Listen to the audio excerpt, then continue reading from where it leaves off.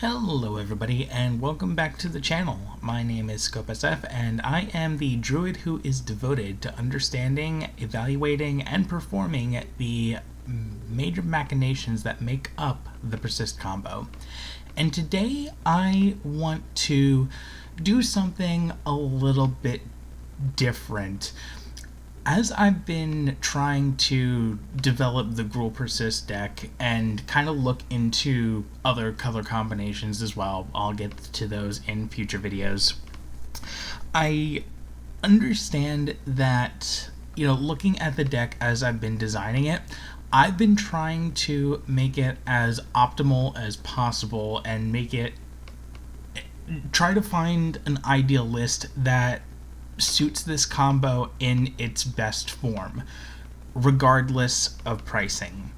And that's something I'm going to keep doing moving forward as I am developing this specific version of the deck.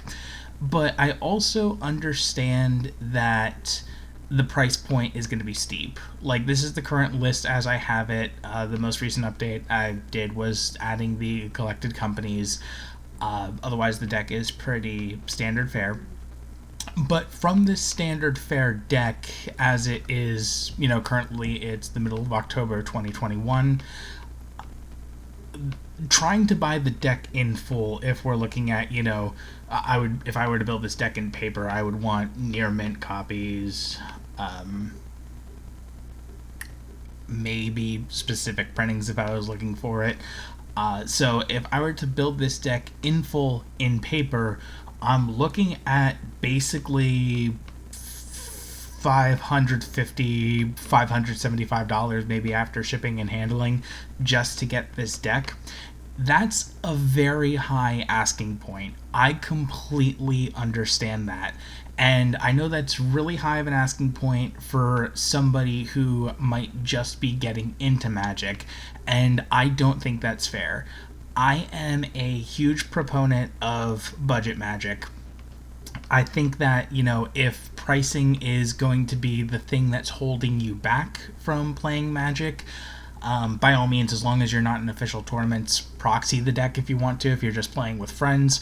But if you are looking to get your feet wet into the game stores and, maybe participating in Friday Night Magics, but you don't have you don't have the budget to drop, the tier 1 modern decks, I think that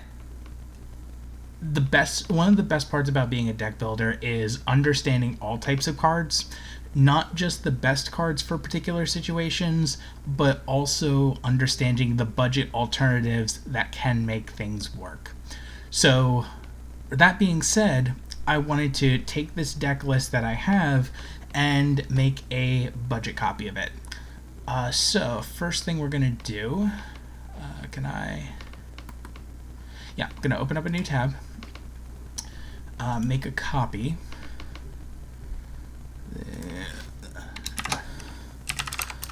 Budget copy of. I'm gonna hide this for right now. Cool. And we're gonna analyze.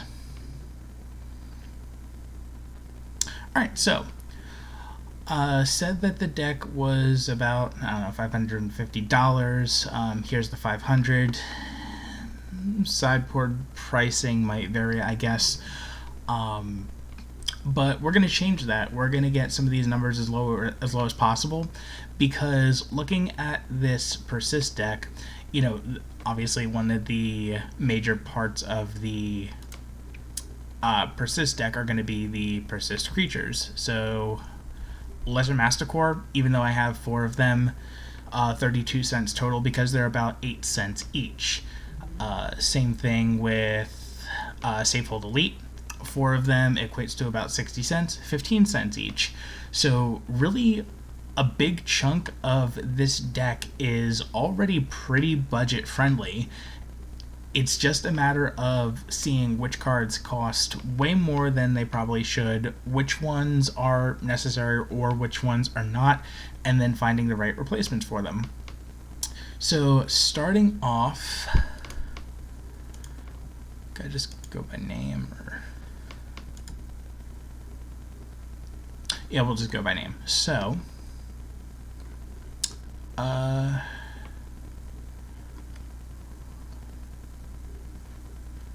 sorry, how did I have this?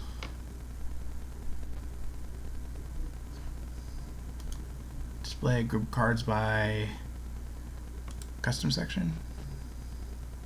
No. Alright, well, it doesn't matter. So, first things first, looking at pricing, let's actually just start with the sideboard, because sideboard is probably the easiest. For Prowling Serpopods, I've explained this in the original deck list video. Prowling Serpopod makes this a transformative deck. I absolutely love it. I absolutely want to keep it. Unless something, miraculous gets printed, I don't think I'm ever going to switch out Prowling Serpopod, because these 4 cards alone are my plan B. And I just want to keep my plan B. That's all there is to it. So even though, you're looking at the total pricing, like 2 Cindervines is $1.20, 3 Damping Spheres, $1.36. Honestly, these are pretty manageable prices. Don't necessarily need to change those. It's the 2 Clothists that are going to get you, because each one's about a little bit over $8. That is... well, that's really high. I think what we could do at the Clothists is we could just ditch 2 of those. And for right now, we'll do 3 Cindervine and 4 Wilt. Analyze that. Cool, we reduced the cost of the sideboard by like almost $15. So probably even more depending on which vendor you go to. So we'll leave that as a sideboard. We could call that the budget sideboard. Honestly, if you're just getting into Magic, you don't even need to worry about a sideboard at all. But if this is something you want to do, currently, I'll just say this is how I would budgetize my current sideboard. Now we'll get into the meat and potatoes of this. Looking at the main deck, a couple of cards stand out. We'll go over which ones are necessary, which ones are not. First and foremost, Wooded Foothills. Fetch lands are always going to be expensive.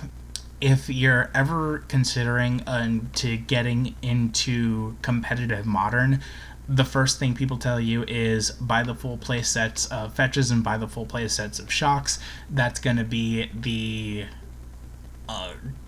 kind of your initial investment into playing any deck you want to, is having that competitive mana base.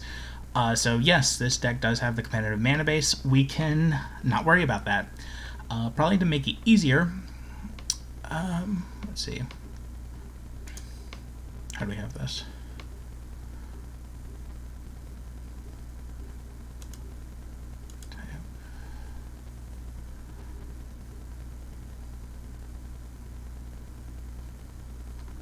This is just weird grouping, sorry. So lands, what do we have? The Forests and Mountains, dirt cheap. Honestly, you could just go into a... Actually, why are mountains so expensive? Wow, 50 cents a mountain. Usually, back when I had my local card shop before they closed down, every time I built a deck, I would buy the cards from them, but they just gave me the basic lands for free. They're like, here's piles of thousands of basic lands, just take whichever ones you need. We get these all the time. So basic lands, dirt cheap, probably everything except theft. We're not going to count these as part of the pricing. So yeah, land's very cheap. These ones down here are where things get expensive. So looking at Wooded Foothills first, actually let's look at all 3 of them. So we're going to cut the Wooded Foothills. We'll cut the Stomping Grounds, because for them this would be about $9 a piece. I think they're very good, which is why they're in the deck, but I also understand that it could be a high asking price. And even the Carplucent Forests, those are about $5 a piece. I think we can still do better. So we're looking to cut out 3 full play sets of red-green lands. And I really love this website, managathering.com. Very good for breaking land types down by color. And as I was looking for the Gruul lands here, kind of what I decided on is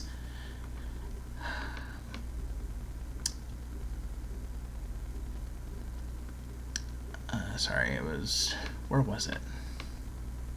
Here. So what I'm thinking is full play set of Cinderglade, full play set of not Rockvale. Where was it? I think these were expensive. Yeah, full playset of Cinderglade.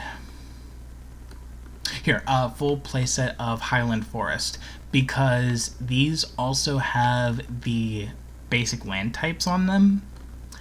And then what you do is you play a full playset of the Innistrad Reveal lands, because other than these, every single land in your deck will be either a forest or a mountain. So as long as you don't have multiples of these, your other lands are going to come in, or at least these lands are going to make it so that they would come in untapped. Otherwise, these come in tapped conditionally. These come in tapped all the time, but with how cheap they are, I think that kind of going down this route would be worth it. That's just me. If you have other lands that you could play, like if you know that you have the playset of the Crag Crown Timber Crowns, go for it. If you have the playset of the Temples of the Abandons, go for it. But these three sets are kind of how I would like to do it. Or otherwise, how much are root bounds?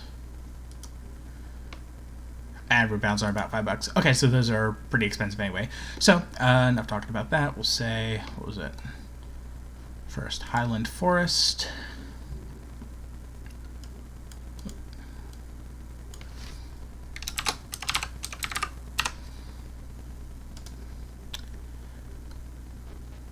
Then it was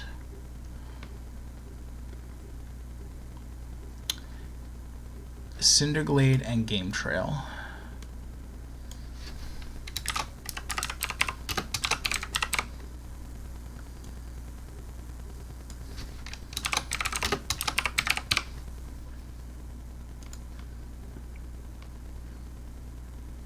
Boom. Right off the bat, we cut off basically $300 just from the lands, and that's pretty good. But guess what? We're gonna cut off even more, because the next thing I know we're gonna cut, I know I put in the Ignoble Hierarchs and Birds of Paradise in the deck in order to speed up and get those potential turn 3s. They are absolutely not necessary, but if we are going to cut them, I would want to replace them with something. I would need to replace them with something else. So 2 Birds of Paradise, 4 Ignobles.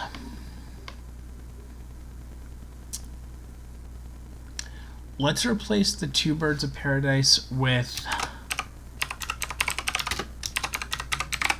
2 Murderous Redcap, and replace the 4 Ignobles with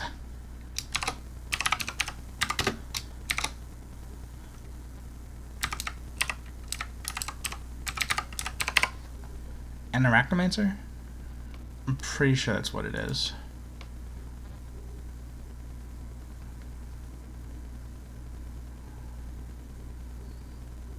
An Archamancer. Okay. Just mistyped that.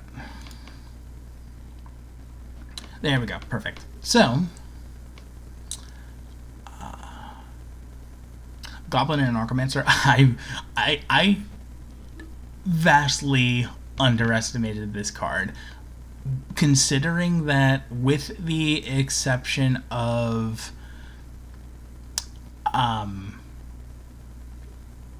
where are they? With the exception of Altar of Dementia, which we're, spoiler alert, we're actually going to cut those.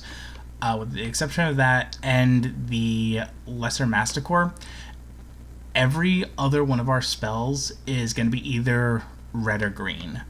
So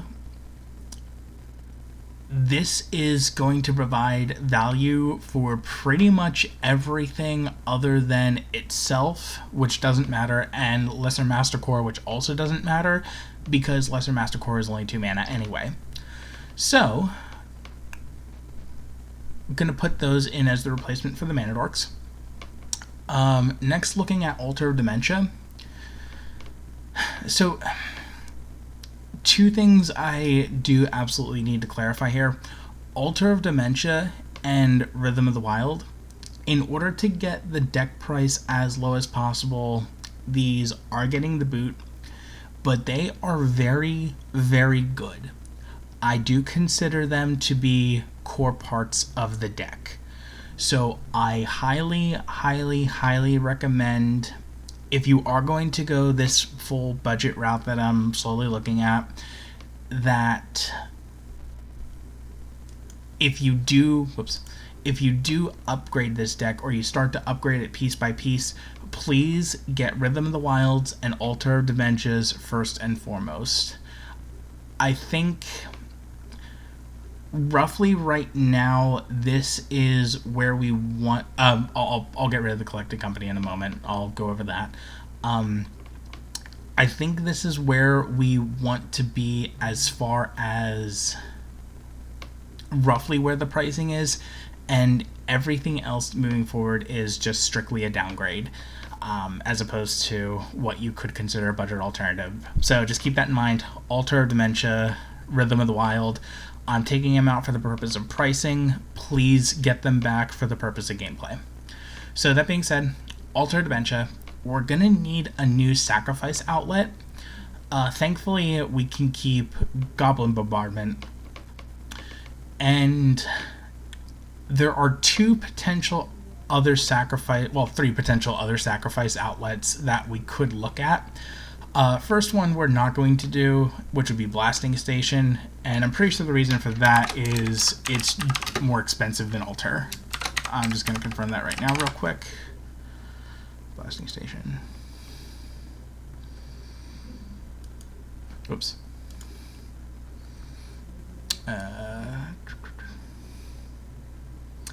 Okay, so give or take about the same price, but if we're still looking at cutting out for budget, it's redundant to just replace it with Blasting Station. Honestly, Blasting Station's even worse anyway, because it is 3 mana instead of 2.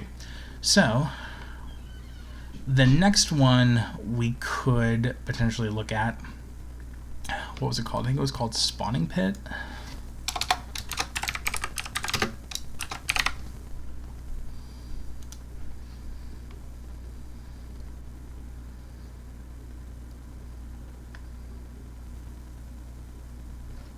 Wait. Spawning Pit's actually pretty expensive on its own, so never mind, we're not going to look at replacing it with Spawning Pit. The one that we're actually going to replace it with is Greater Gargadon. You might have seen this card if you are familiar with Restore Balance decks. Basically, the way that the Greater Gargadon Sacrifice Outlet would work, every single time, you are never going to cast it for the full 10, you suspend it for 1 red and put Suspend on it. Then it says sacrifice an artifact, creature, or land, remove a suspend counter, and eventually, while your Altar of Dementias would be the equivalent of Infinite Mill, and your Goblin Bombardment, which we're still keeping here, is the equivalent of infinite damage. If you put down the Greater Gargadon for 1 red mana, you have the equivalent of a guaranteed 1 mana 9/7 with haste. It doesn't. I don't believe it says haste, but haste is a part of suspend on creatures, so it will absolutely get haste. And look at that, 4 copies of it they're 24 cents each. So we saved actually close to almost $30 just by replacing the Altar Dementias with Greater Gargadons. So price down even a little bit further. What did I say? Rhythm of the Wild is next. So Rhythm of the Wild, the way that we're going to replace the 4 of these, Grumgully the Generous is 19 cents each. So we're going to cut... where is it? We're going to cut the 4 Rhythm of the Wild and bump it up to 4 Grumgullys. And from here, I would say that you have a choice for where you want the next 2 cards to go. You could put them into the basic lands if you really wanted to. You could bump up the number of Murderous Redcaps to 4 if you really wanted to. You could add, I don't know, 2 Wild Cantors if you really wanted to. If you wanted to cut some other lands and replace them with some of the other dual lands that we looked at in Mana Gathering, entirely up to you. What I would do in this situation, because with Persist combo, you're already really pressed on finding cards that negate counters in red and green, and there's really only 4 options that you could go down. There's Malira, which we're keeping, Grumgully, which we're putting more of in the deck already, there's Rhythm of the Wild, which we're cutting for expense, and then the last card, which is the card that would potentially make mono green possible, would be Renata. Called to the Hunt. We're only going to have 2 Renata in here because she is a 4 CMC creature. Where is she? Renata Called to the Hunt. And she's like the devotion creature that you're really looking for there. She would probably be good in like an Enchantress deck or a devotion deck, or maybe she's not good at all and she's only really that good in Commander. But for our intents and purposes, it doesn't really say, it doesn't. Oh no, I see it. Each other creature you control enters the battlefield with an additional +1/+1 counter on it. So this, it does work. It's this one always confused me because I know it says enters with an additional +1/+1 counter. It always made me think that you had to have a creature coming in with a +1/+1 counter on it to begin with. It reminded me of how Hardened Scales would have worked. But no, even if a creature is not coming in with any +1/+1 counters on it, with Renata it does. And the only reason I'm putting 2 in here and upping the number of Grumgullys is because Renata has a 4 CMC and Grumgully has a 3 and Malira has 2. So ultimately that's how we're going to make that package work. And then lastly, the next big part, Collected Company.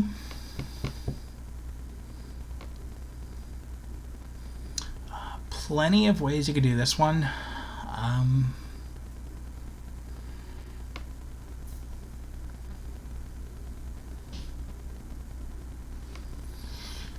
trying to think exactly how I would do it.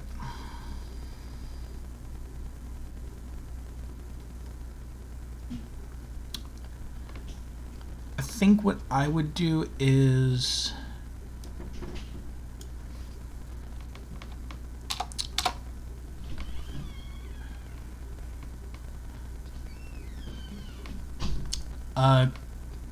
no, hold on.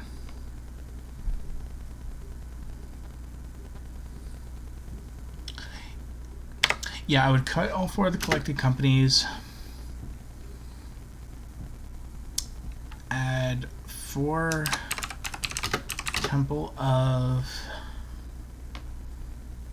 what was it, Temple of Abandon?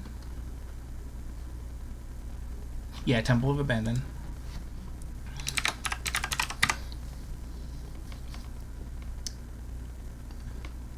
Actually, no, that doesn't make sense. Whoops.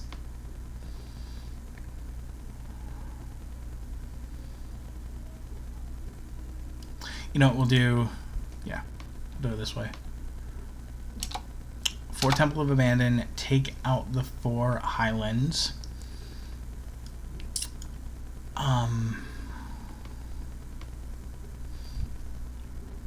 Up Murderous Red Cap to 3, and then remove a forest. If I did the math right, that should be another 60. Or that should be 60 cards total. Nope. Where did I mess up?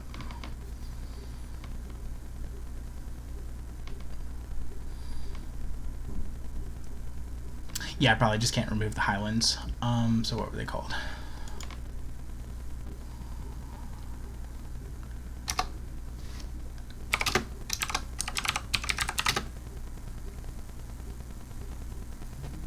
Are they just called Highland Forest?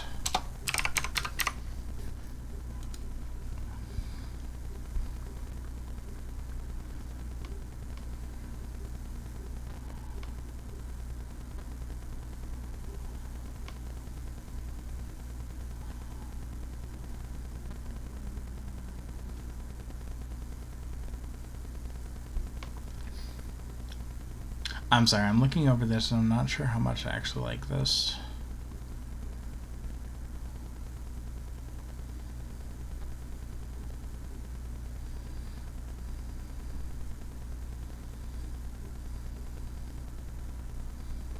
Actually, yeah, we're not going to put the Temple of Abandoners in. We're going to put in a card called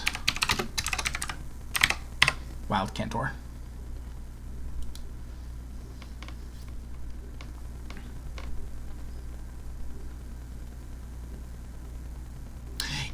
Yep, that's the one I was thinking of. So this will be kind of like another replacement for like the Birds of Paradise or Ignoble Hierarch. So you have a playset of these, and then a playset of the Anarchomancer. English is hard at this time of day. Unfortunately, the Wild Cantor can only be used once because you have to sacrifice it in order to add the mana. But it is a creature. It is really good mana fixing because let's say you draw a hand with only basic forests in it, you still use that to you could still use that to play the Wild Cantor, and you would still have red mana because you just sacrifice it to add red. So even though it's a one shot, still actually pretty standard there.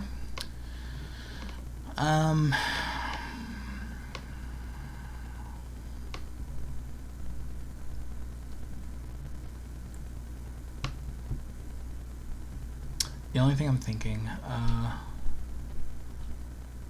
many lands do we have? We have only 20 lands. How many lands do we have here? 21. Yeah, okay, I actually don't like the 20 lands. I think what we're going to do... Well, what we could just do here is cut it down to 3 Wild Cantor, add back our forest. Mana distribution is actually almost 100%. Agreement is almost 100% agreement. Like, that's actually really rare. I don't even think I have that with... Yeah, I don't even have anywhere near close to that with my original deck. So this actually works out really well with the mana distribution that we have and how we've identified the mana pips there. I actually really like this a lot. And the cool part about it is, what did we... Let's click save. First and foremost. Yeah, sure, whatever.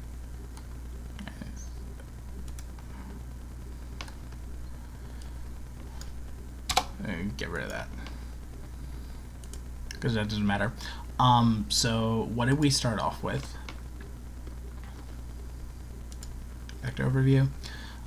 So 500, we'll say $575 after shipping and handling. If we look at our budget copy of what this is, 50 plus 38, 90. So we're saving like $475, almost $500 just from some of the adjustments that we're able to make to this deck.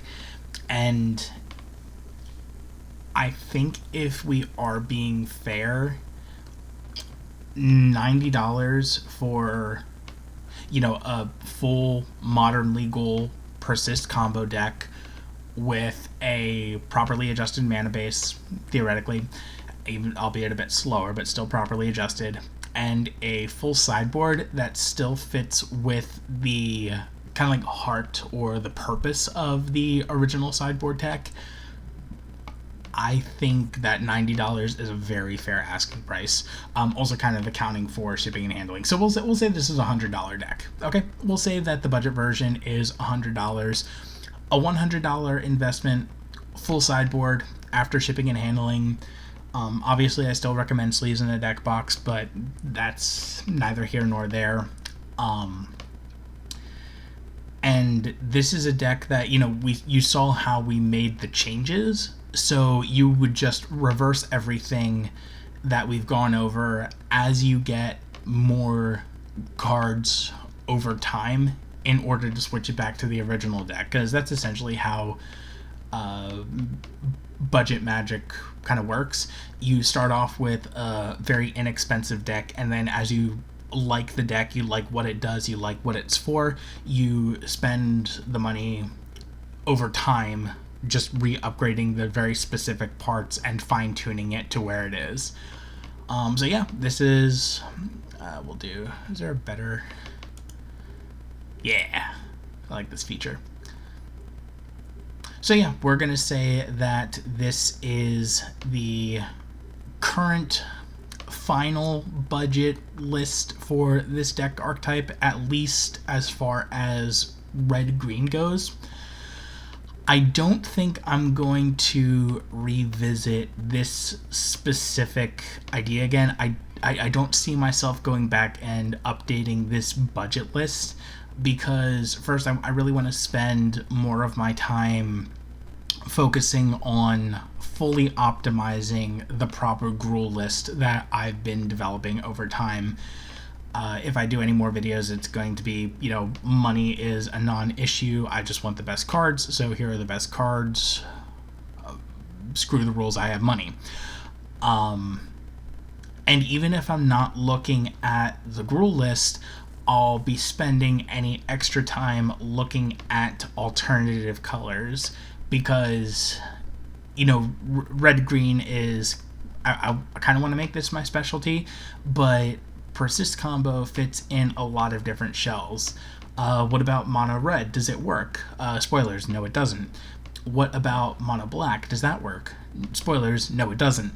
But mono white is very effective. Mono green can be effective. Even Orzhov can be effective in its own ways. So I want to, like I said, I want to explore other color combinations, and I just wouldn't have the time to fully optimize this deck list. Like I said probably earlier, it would take a miracle card to fully be considerate of this budget starter list. But yeah, hopefully this was informative. Hopefully this kind of helps you get over the hurdle of the obstacle that is the initial budgeting, or the monetary barrier to entry that is usually associated with modern Magic. And yeah, I didn't want pricing to hold anybody back. I certainly didn't want it to hold me back when I was getting into Magic, and I think we have come to a reasonable, sensible conclusion that satisfies both parties. So until next time, have a great rest of your day.